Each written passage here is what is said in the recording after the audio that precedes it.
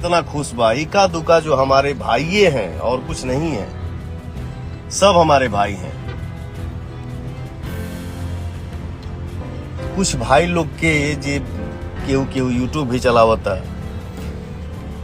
हम तो यही सोचा था नहीं कि ये लोग के कब के करा पर गर्व महसूस होखे लागता, कब के करा चलते ये लोग के शर्म से नाक कट जाता है।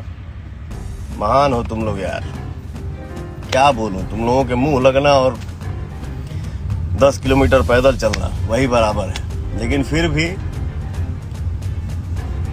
लाई भी ज्यादा देर के ना रहनी है, हम ज्यादा देर के नहीं की, सॉरी। लेकिन जाते जाते हम यह कहब कि आप लोग भाई हो, भाई ही रहोगे।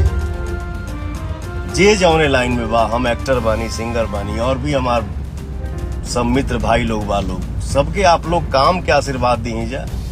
सब लोग मिलकर रहे, आप लोग भी यूट्यूब चलावा जा, अच्छा अच्छा बात बोल के नाम कमा जा। जी घर में चर्चा हो के ऐसा नहीं सन न्यूज बने कि हाँ यार चलो हमारे भी इंडस्ट्री में क्या था और क्या है, क्या हो गया। सब कोई हंस खेल के रहे, मिलजुल के रहे।